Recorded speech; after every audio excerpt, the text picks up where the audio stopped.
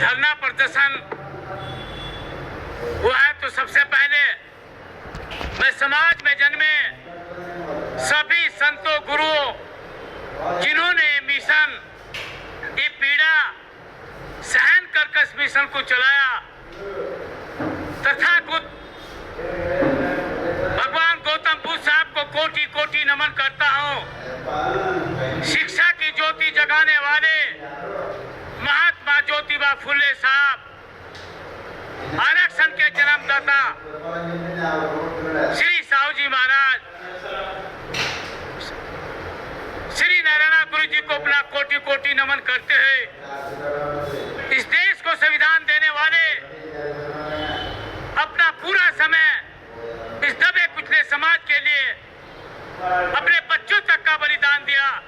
बाबा साहब डॉक्टर भीमराव अम्बेडकर साहब को कोटि कोटि नमन करता हूँ।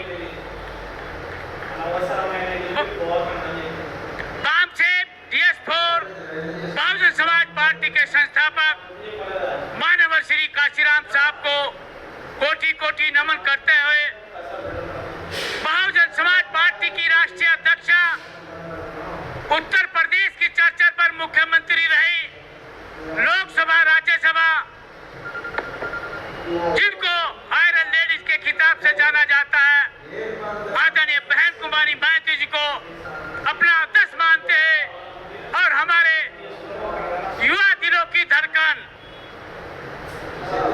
जो आजकल बिहार प्रदेश में दौरा कर रहे हैं, हमारे आकाश आनंद साहब और आज की मीटिंग के हमारे बीच में जो उत्तर प्रदेश से MLC पद पर है और काफी प्रदेशों पर आपने काम किया, चाहे उड़ीसा हो, बंगाल हो, उत्तर प्रदेश हो, झारखंड हो, बिहार हो, और आपके बीच में सम्मानित MLC अत्तर सिंह राव जी और हमारे बीच में सेंट्रल कोऑर्डिनेटर जो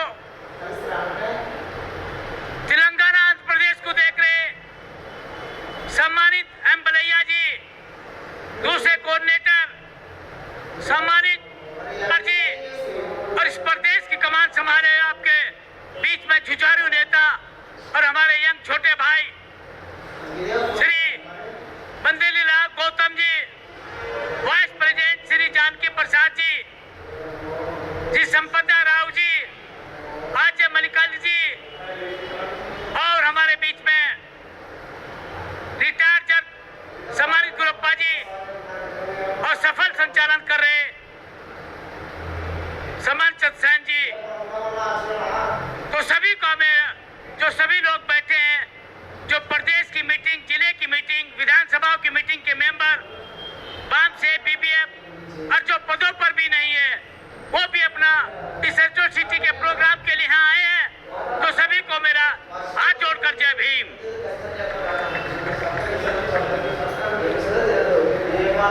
మిత్రులారా, ఈనాటి సమావేశానికి ముఖ్యంగా మన మహాపురుషులను స్మరిస్తూ మన మహాపురుషులైనటువంటి మహాత్మా జ్యోతిబా ఫులే, ఛత్రపతి శివాజీ మహారాజ్, నారాయణ గురు, పెరియార్ రామస్వామి మరియు బాబాసాహెబ్ గారులతో పాటు మాన్యవారి కాంశీరామ్ గారులకు, అలాగే ఈ ఉద్యమాన్ని నడిపిస్తున్నటువంటి మన జాతీయ అధ్యక్షురాలు బహన్ కుమారి మాయావతి గారుతో పాటు యువ నాయకుడైనటువంటి బీఆర్ ఎన్నికల ప్రచారంలో నిమగ్నమైనటువంటి బహుజన్ సమాజ్ పార్టీ జాతీయ కన్వీనర్గా ఎన్నికైనటువంటి యువ సామ్రాట్ ఆకాష్ ఆనంద్ గారి యొక్క మరి నేతృత్వంలో ఇవాళ మనం పనిచేస్తూ ఉన్నాం.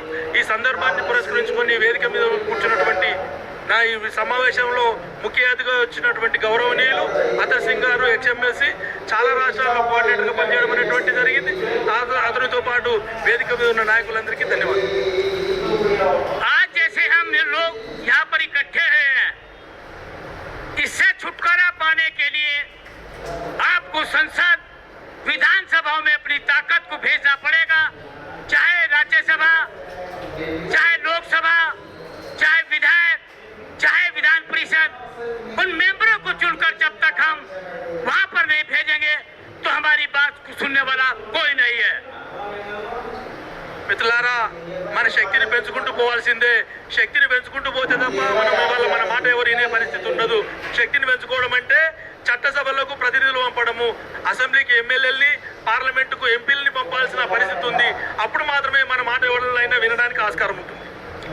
उत्तर प्रदेश के अंदर भी इस स्थिति से बदतर स्थिति थी जो आज यहाँ स्थिति है, जो एट्रोसिटी, रेप और हमारे गरीब भाइयों को दबाया जाता है।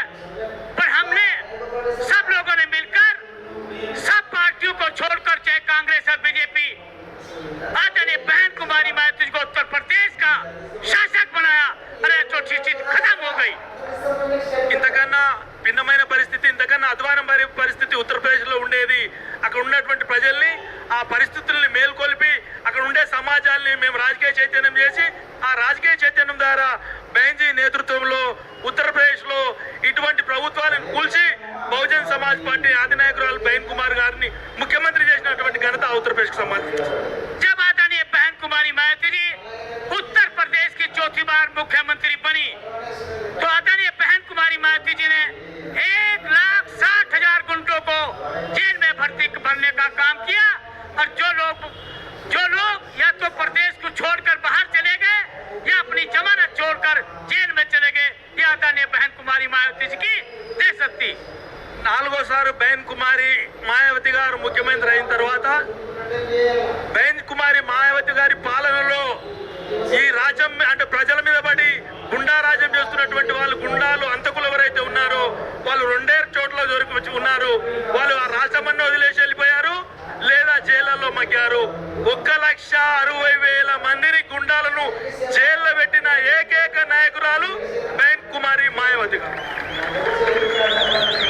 जब तक आप लोगों का वोट देने का मोह वाईएसआर और टीडीपी और कांग्रेस और बीजेपी से नहीं छूटेगा, तब तक एट्रोसिटी होती रहेगी। మిత్రులారా, ఎన్ని రోజులైతే మనం వైసీపీకి, టీడీపీకి, కాంగ్రెస్ కు ఓట్లు వేస్తామో మన మీద దాడులు జరుగుతూనే ఉంటాయి. एक बार बहुजन समाज पार्टी को पूरे प्रदेश से, जैसे आज ये नीला झंडा और नीले रंग से रस दिया, एक बार आदरणीय बहन कुमारी मायावती जी को बहुजन समाज पार्टी के विधायक और पार्लियामेंट में भेजने का काम करें तो एट्रोसिटी नाम की कोई चीज नहीं होगी। यहाँ तक कि लोग आपके नाम से डरेंगे। మిత్రులారా, ఏదైతే ఆ పార్టీలకేసి ఎన్నిసార్లు ఓట్లు వేసినా నష్టపోతాం. కానీ నీలి జెండా ఏదైతే ఉందో, బెంజీ నేతృత్వం ఏదైతే ఉందో, ఈ రెండింటిని మిలగలిపి మనం ఏంటంటే ఇక్కడ ఆంధ్రప్రదేశ్లో ఎమ్మెల్యేలను, ఎంపీలను గెలిపించగలిగితే వీళ్ళంతా కూడా దాడులు ఆగిపోవడమే కాదు, ఆ ప్రజలంతా కూడా మన వైపు చూసేటువంటి పరిస్థితి వస్తుందనే సత్యాన్ని మర్చిపోకూడదు.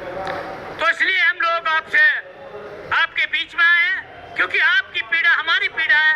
आप हमारे समाज से हैं, हमारे दबे कुचले समाज से हैं, चाहे ओबीसी से हैं और चाहे एससी एसटी से हैं, सब लोगों की पीड़ा एक ही है। अगर आप लोगों को चाहिए तो बिल्कुल एक बार सोच आज यहाँ से उठकर जाएं कि मेरे, आपके, इनके विचार तो अलग हो सकते हैं पर पार्टी में हमारे विचार एक होने चाहिए। जो भी हमारे बीच में कैंडिडेट बनकर आएगा उसे हम जिताने का काम करेंगे। మిత్రులారా, మీ బాధ అయినా నా బాధ అయినా మన బాధ అంతా కూడా ఒకటే. ఈ బాధపడుతున్న వాళ్ళందరం కూడా ఆలోచన చేయాల్సిన అవసరం ఉంది. మనందరం ఒక తాటి మీదకి వచ్చి ఒక ఆలోచనతోని ఎవరిని అభ్యర్థిని పెట్టినా ఈ పార్టీని గెలిపించగలిగినప్పుడే మన సమస్యలు పరిష్కారం అయితే అనే వాస్తవాన్ని ఎస్సీలైనా, ఎస్టీలైనా, బీసీలైనా ఆలోచించవలసిందిగా కోరుతా ఉన్నాం. ये वोट का अधिकार आपको किसी बीजेपी, टीडीपी, कांग्रेस और किसी पार्टी ने नहीं दिया, न किसी भगवान भाग्य की देन है। अगर ये वोट का अधिकार दिया, बाबा साहब ने अपने 4 बच्चों को बलिदान देने के बाद ये वोट का अधिकार आपके बीच में, बाबा साहब गोलमेज सम्मेलन के जरिए आपके बीच में वोट का अधिकार लंदन से लेकर ये बाबा साहब ने दिया। ये किसी पार्टी की देन नहीं है। మిత్రులారా, ఓటు అనేది ఏదైతే ఉందో, ఈ ఓటు యొక్క అధికారం ఏదైతే ఉందో, ఇది ఎవరి యొక్క భిక్ష వల్ల వచ్చింది కాదు. కాంగ్రెస్, బీజేపీ ఏ దేవుళ్ళు ఇవ్వలేదు. ఇది బాబాసాహెబ్ తన శక్తిని అంతా కూడా కూడగట్టి లండన్కి వెళ్ళి ఆ రోజు ఉండే బ్రిటిష్ వాళ్ళని ఒప్పించి ఓటు అనే అధికారాన్ని మనకి ఇచ్చినటువంటి ఘనత బాబాసాహెబ్కి దక్కుతుంది. इस वोट के हकदार हैं जिन्होंने इस मिशन को चला, जिन्होंने इस बलिदान को दिया, चाहे मान्यवर साहब रहे हो, बाबा साहब रहे हो, और आज इस मिशन को कौन चला रहे हैं? आदरणीय बहन कुमारी मायावती जी, जो 16-16 घंटे काम करती है, 24 घंटे चिंतित रहती है कि मेरे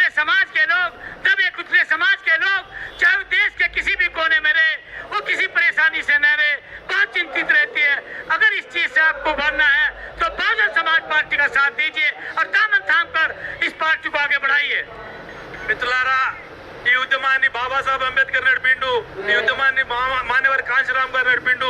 ఇప్పుడు బైన్ కుమారి మాయావతి గారి నేతృత్వంలో పార్టీ పనిచేస్తా ఉంది. ఈ దేశంలో ఏ ప్రాంతంలో ఎక్కడ ఉన్నా కూడా ఏందాట వాళ్ళందరూ కూడా బాధితులైనటువంటి వాళ్ళందరం కూడా ఈ ఉద్యమాన్ని భుజాల మీద మోసినాడు. మన సమాజం ముందు వరుసలో ఉంటుందనేటువంటి వాస్తవాన్ని మర్చిపోకూడదు. आप लोगों को ध्यान होना चाहिए कि बाबा साहब किस परिस्थिति में पड़े हैं। आज तो आप लोग मंच पर बैठे, अच्छे कपड़े पहने बैठे, इधर भी कुर्सियों पर बैठे, मेरी माताएं बहनें भी अच्छी साड़ी और अच्छे कपड़े पहने बैठे। अपने पूर्वजों से पूछिए, कुछ लोग यहाँ भी पुराने लोग बैठे हैं, अगर 40 साल पुरानी अपनी स्थिति देखें तो हमने अच्छे कपड़े पहनने का अधिकार नहीं था। अगर ये अधिकार दिया तो बाबा साहब डॉक्टर भीमराव अम्बेडकर साहब ने दिया, उसके हक के अधिकार बाबा साहब डॉक्टर भीमराव अम्बेडकर है, इसलिए हमने उनके साथ उनके चलाए हुए रास्ते पर चलना चाहिए।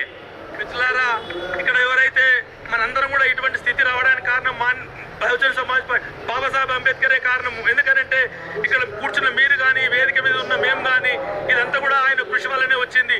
కొంతమంది పాత వాళ్ళని అడగండి, 45 సంవత్సరాలకు ముందు మన జీవితాలు ఎట్లా ఉండే, మన బతుకులు ఎట్లా ఉండే అనేటువంటి వాస్తవాన్ని తెలుసుకోవాలి. ఈ పరిస్థితిని అంతా కూడా ఏంటంటే తెలుసుకొని తిరిగి మన జీవితాలు బాగుపడాలంటే తిరిగి మనం ఒక ఆలోచన చేసి ముందు వరుసలో ఉండాల్సిందిగా కోరుతా ఉన్నాం. उसके बाद में हमारे बीच में एक शख्सियत और आती है, मैं थोड़ा टच करना चाहता हूँ। माननीय श्री काशीराम साहब, अगर आज एक बच्चे को हम पढ़ाते हैं तो सबसे पहले उसकी नौकरी के लिए सोचते हैं, फिर उसकी शादी के लिए सोचते हैं। पर माननीय श्री काशीराम साहब ने पूरा अपना बलिदान समाज के लिए दे दिया। और यहाँ तक की बात, ना कोई शादी की, ना कोई प्रॉपर्टी बनाई, ना कोई मकान बनाया, ना बैंक बैलेंस मिला। और एक चिट्ठी जब नौकरी छोड़ने के बाद आपके हमारे लिए जब ये मिशन को शुरुआत की, एक चिट्ठी लिखती अपने माता पिता को। क्या लिखा चिट्ठी में? कि आज से मैं आपका बेटा नहीं हूँ, अगर बेटा हूँ उस दबे कुचले समाज का बेटा हूँ जो रास्तों पर परेशानियों से गुजर रहा है। और हमेशा आज के बाद मैं ना घर किसी खुशी मांगूंगा, ना किसी दुख मांगूंगा। और मान्यवर श्री काशीराम साहब, आपके पास से नागपुर से एक पैदल चलते चलते इस देश में एक लीला रस्सी। మిత్రులారా, చాలా మంది చదువుకున్నటువంటి వాళ్ళు ఎవరు కూడా ఏంటంటే పెళ్లి ఎట్లా చేసుకోవాలి, పెళ్లి చేసుకోవాలి, ఇల్లు కట్టుకోవాలి, తర్వాత డబ్బు సంపాదించాలనేటువంటి ఆలోచనే ఉంటుంది. కానీ మాన్యవర్ కాంశీరామ్ గారు పెద్ద చదువుకున్నప్పటికీ, ఉద్యోగం వచ్చినప్పటికీ ఆయన ఒక నిర్ణయం తీసుకున్నాడు. బాబాసాహెబ్ చూపిన మార్గంలోనే నేను ప్రయాణించాలని తప్ప నా జీవితంలో డబ్బు సంపాదించను, పెళ్లి చేసుకోను, కుటుంబానికి లోబడను అని చెప్పి ఉద్యోగం వచ్చిన తర్వాత ఉద్యోగాన్ని విరమించుకొని తల్లిదండ్రులకు లెటర్ రాశాడు.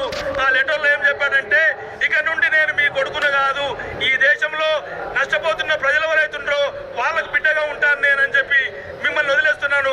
చావులో రాను, పెళ్లిలో రాను, ఎటువంటి దాంట్లో రాను, నా పేరు మీద బ్యాంకు బ్యాలెన్స్ ఉండదు, నాకు భూమి ఉండదు, నాకు బంధువులు లేరు, బహుజన బలగమే నా బలగం అని చెప్పినటువంటి వ్యక్తి మాన్యవర్ కాంశీరామ్. ये बड़े बड़े लोगों का बलिदान है। क्या हम एक बलिदान तो छोड़िए, क्या एक वोट उसको यूज अपने सही तरीके से यूज नहीं कर सकते जो अधिकार बाबा साहब ने आपको दिया। अगर इस वोट का अधिकार इसको 2 रुपये तलवार है, अगर इसको अपनी पार्टी को दिया तो फायदा होगा, और किसी दुश्मन को दिया तो नुकसान होगा। वो हमारा आज जो एट्रोसिटी तक पहुंचे हैं, आपने दूसरी पार्टियों को मजबूत बनाया। तो मैं तो ज्यादा ना कहता यही कहता हूँ कि आज के बाद यहाँ से कसम खाकर जाए, किसी महिला बहन भाई के साथ अगर अत्याचार हो रहा है तो मेरा समाज का है, वो पीड़ा होती है। अगर आज आपको ये कहा जाए कि उत्तर प्रदेश के अंदर अपने समाज के लोगों को 10 लोगों को मार जाएगा, क्या आपको पीड़ा नहीं होगी? पीड़ा होगी। ऐसे हमें पीड़ा होती है। इसलिए हम चाहते हैं इस वोट के अधिकार से आप बिल्कुल समझे सुलझ कर बात करें कि जाने वाले इलेक्शन में, चाहे वो छोटा इलेक्शन हो, बड़ा इलेक्शन हो, इन लोगों को दिखा दो। ये जो लोग सत्ता की गद्दी पर बैठे हैं, जो टीडीपी के आज मुख्यमंत्री हैं, यही बीजेपी से तालमेल बनाकर अपने लिए तो संपन्न साधन हो रहे हैं, पर मेरी ये दबी कुचली गरीब लोगों के लिए कोई काम नहीं कर रही सरकार। మనం అందరూ కూడా ఒక అంశాన్ని గుర్తుపెట్టుకోవాల్సిన అవసరం ఉంది. ఏమిటంటే ఓటు అనేది 2 అంచుల కత్తి లాంటిది. ఈ ఓటు యొక్క ఆ ఓటును కానీ నువ్వు నీ వైపే నీకు సంబంధించిన పార్టీకి వేసుకుంటే నిన్ను రక్షిస్తుంది.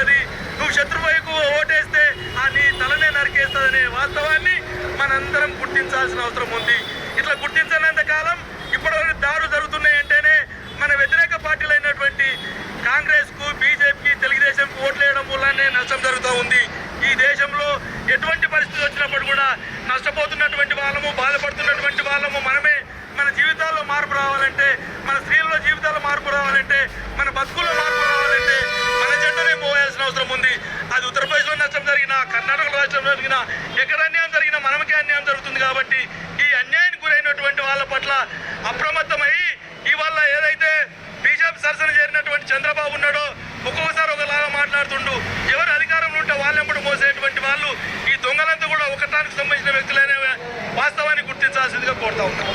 जब आदरणीय बहन कुमारी मायावती जी का उत्तर प्रदेश के बाद शासन आया, सबसे पहले हमें किस चीज की जरूरत है? अपने हकूक के लिए, अपने रोजगार के, अपने बच्चों के लिए, रोजगार के लिए आदरणीय बहन कुमारी मायावती जी ने, चाहे पुलिस की भर्ती हो, 80,000 पुलिस की भर्ती, टीचर की भर्ती, प्रोफेसर की भर्ती, मेडिकल अफसर की भर्ती, और यहाँ तक कि गांव के अंदर जो मेरे समाज के लोग कम पढ़े लिखे लोग थे, जो 8वीं पास, 5वीं पास और अनपढ़ थे, उनको आदरणीय बहन कुमारी मायावती जी ने 1,25,000 नौकरी देने का काम किया, जो देश के किसी प्रदेश में आज तक नहीं हुआ। जो गाँव में सफाई कर्मचारी का काम सब में मिला हुआ। మిత్రులారా, బహన్ కుమారి మాయావతి గారు ముఖ్యమంత్రి అయిన తర్వాత అనేక రంగాలలో ఉద్యోగాలను నియమించింది. పోలీసులు కావచ్చు, ఇతర డిపార్ట్మెంట్లలో కావచ్చు, అట్లాగే సఫాయి కార్మికులు కావచ్చు, చాలా రంగాలకు సంబంధించినటువంటి దాంట్లో ఉద్యోగాలన్నింటినీ భర్తీ చేయడమే కాదు, గ్రామ స్థాయిలో ఉండేటువంటి మామూలు ప్రజలైనటువంటి చిన్న చదువు చదువుకున్నటువంటి వాళ్ళకే కాదు, సఫాయి కార్మికులు లాంటి వాళ్లకు 1,50,000 ఉద్యోగాలు ఇచ్చిన ఘనత భారతదేశంలో బహన్ కుమారి మాయావతి గారికి దక్కిన ఘనత గుర్తించాల్సిందని కోరుతున్నాను. बस आप काफी समय से बैठे हैं, हम लोग और भी वक्त हैं। बस मैं यही कहूंगा कि वोट हमारी, राज तुम्हारा नहीं चलेगा, नहीं चलेगा, नहीं चलेगा। और चलेगा तो क्या?